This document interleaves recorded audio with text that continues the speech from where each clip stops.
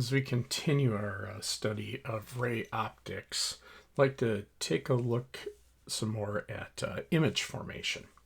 So if you've ever known, or if you've yourself gone bow fishing, so if you've known someone or you've gone yourself, one of the things that you find out is that pretty quickly is that when you go and aim for the fish and you shoot the arrow is almost certainly, at least for your first several tries, going to miss out the top of the fish. So it'll fly over the top of the fish. And why is that? So here, let's take a look at a fish that's underwater here. So we'll call the index of refraction of this material here N1, because we're going to look at rays of light emanating from the fish. And this is N2. So N1 will be greater than N2 in this case. I imagine this is water. So N1 is about 1.33. This is air.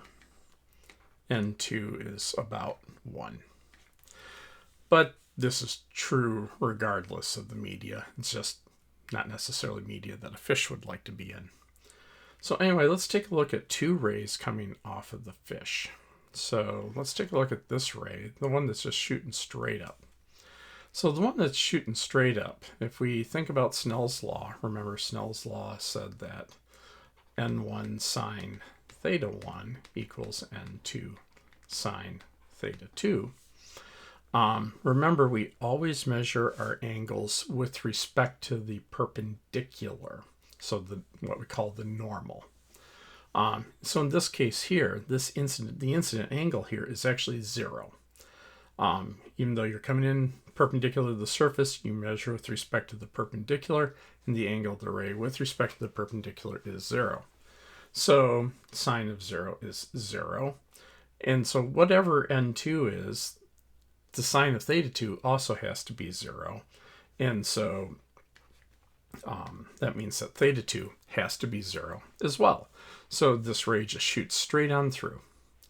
Now let's go and take a look at another ray. One coming out, it's actually going to be at a very slight angle, but I'm going to have to exaggerate it for the drawing. So let's say this angle here is theta 1. So I'll erect a normal right here where the ray intersects the surface, theta 1. So now, if this ray is coming in like so, is from the water going to the air, is this ray going to bend towards or away from the normal? Pause the video and get back with me. Yeah, it's going to bend away from the normal because you're going from a higher index to a lower index. So this ray will bend away from the normal. Now, the reason why I was saying that this is greatly exaggerated is because you're probably looking down from above, and this ray can't be very far off of this ray and still have any chance of it making its way into your eye. So just keep in mind, these are actually both very small angles, but I'm just greatly exaggerating this in the drawing. But anyway, let's think about where your eye thinks the fish has to be coming from. It sees one ray coming in like this, another ray coming in like this. And so it looks to see where it sees those rays intersecting, and sees them intersecting right here. So you actually see your fish right there. That looks horrible. Let's try that again. So you'll see your fish. I see. Let's do that. Oops.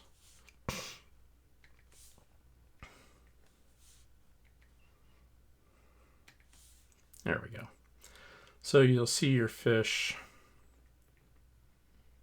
That's looking a little better. Right there. So we can say that this object, like we were doing in the case of mirrors, when we were thinking about the image of you behind the mirror, we'll say this object distance is s, and this image distance is s prime. I'll just make that red just to make that a little clearer. There we go. S prime. Now, I won't go through the math of it, but as long as the angles are small, and the angles need to be small so we can invoke the small angle approximation, what you get is that the image distance will be minus n2 over n1 times s. And again, this minus sign is coming from what we call the left light convention. Basically, the deal is the light that you're seeing is over here, but you see the image on the other side of the interface. So in other words, there's no way you could form this on a screen. This is what we call a virtual image. And in the left light convention, virtual images have a negative focal length.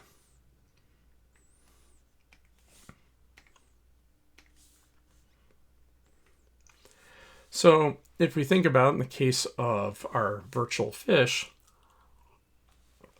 n1 is basically 4/3, n2 is basically 1. 1 over 4/3 is 3/4.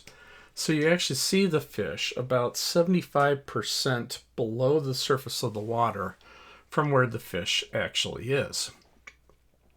And even though you're using big, heavy fiberglass arrows to try to make their way through the water, and even though there's a lot of drag from the water, that is still high enough that even if you're aiming below the fish, the first however many times you try, that arrow is probably going to go over the top of the fish until you get the hang of it. So it's a similar idea to what we saw with the plane mirror. We can go ahead and form our virtual image like so. But we can now, if we want to be more artful about this, for instance, with a camera or something like that, you'll build a device called a lens. So let's take a look at lenses. So if we have a lens, the idea is, so let's say here, this will be a converging lens. This is the kind that you would be frying ants with in your misspent elementary school youth. Let me just cryptically draw a line for the moment. I'll explain it in a moment. So I'm going to have this line that goes right through the lens, the center of the lens. This gets called the principal plane of the lens.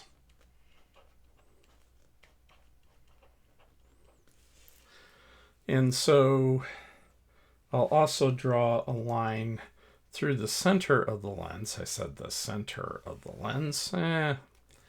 Okay, split the difference. That's okay.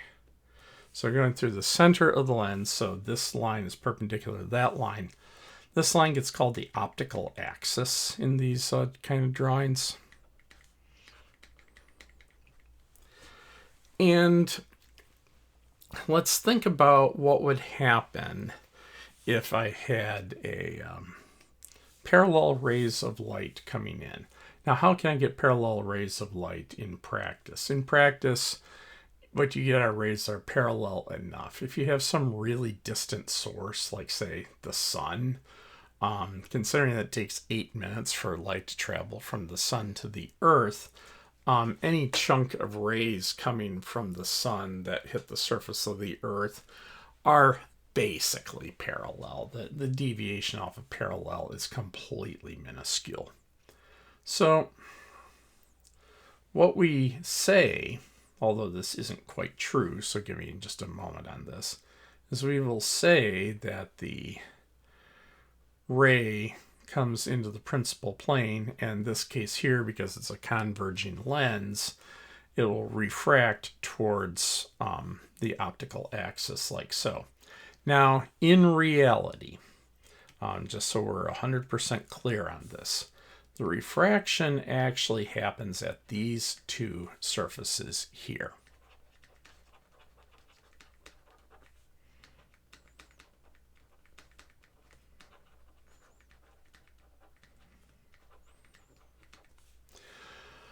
But if the lens is thin enough, so what we call the thin lens approximation, we can pretend that all the refraction happens at the principal plane. The reality is it doesn't.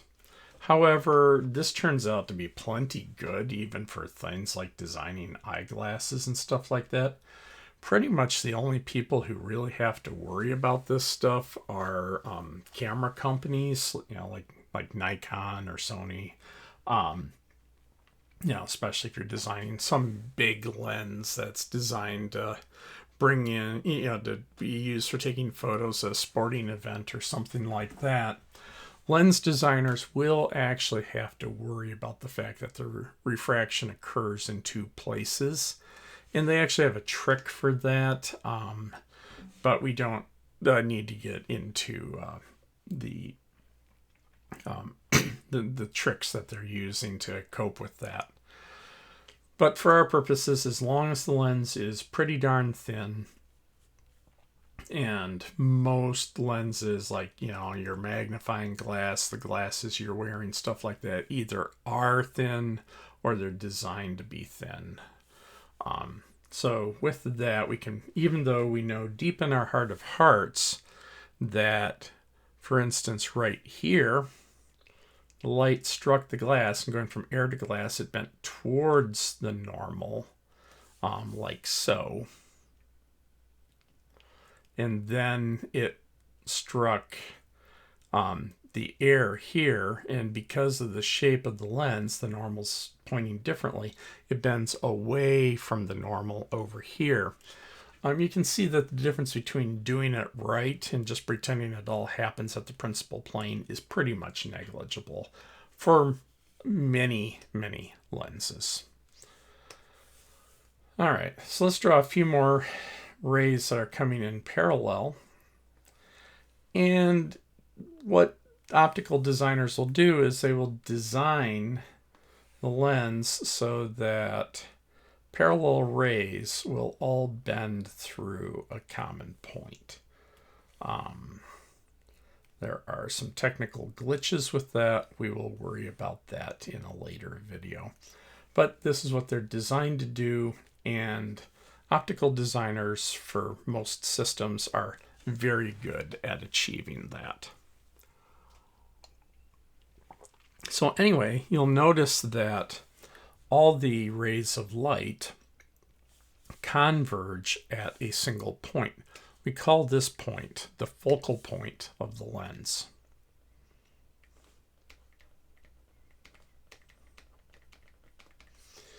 And we will say that this is the focal, this distance here is the focal length. And because this is a converging lens in the left light convention, we will say that this focal length is a positive number. Now, it turns out that these lenses actually have two focal points,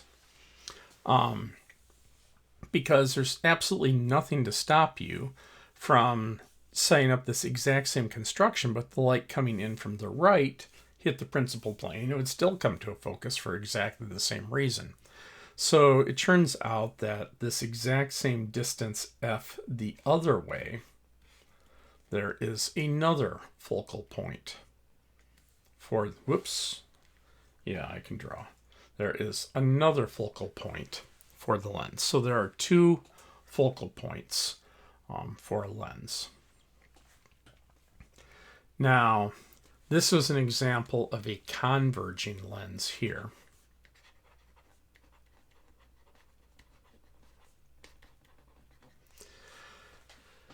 You can construct lenses to spread the light apart rather than bring it together. So let me just repeat the same kind of construction here. So there's my optical axis, there's my principal plane, and in virtually any situation you'll ever care about,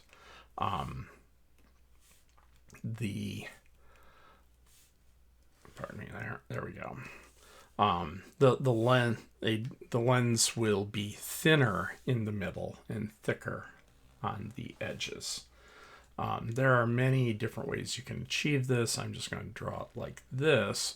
But say if you're nearsighted, if you take a look at your glasses, you'll see that the center of your glasses are thinner than the outside. Now, both surfaces curve the same kind of way. We'll get into that later.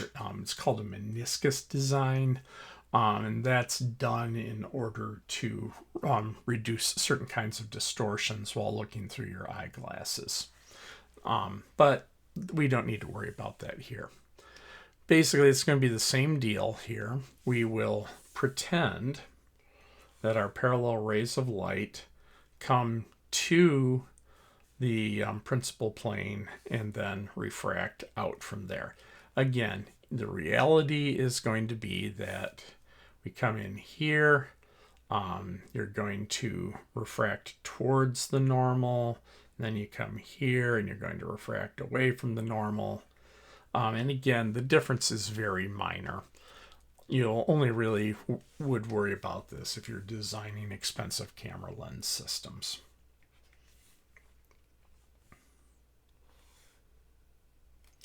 So again here, if I were looking over here, I wouldn't be saying that the ray of light originated over here. I'd be seeing it coming from along this way. So I would be saying it appears to be originating somewhere along this line here. And I can do something similar. If I design my lens right, I can make it so that these rays are all diverging away from the same point, like so. Let me draw in a couple more rays.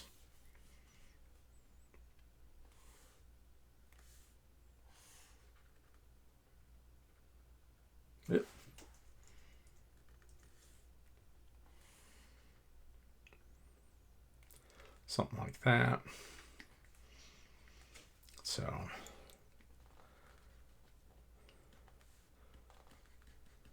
there.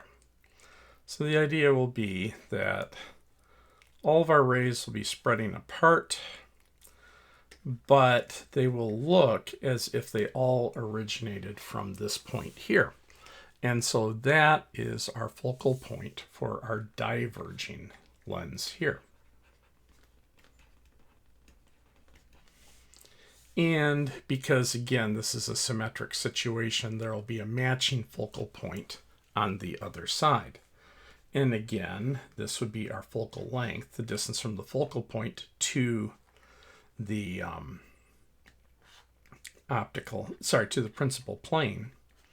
However, here,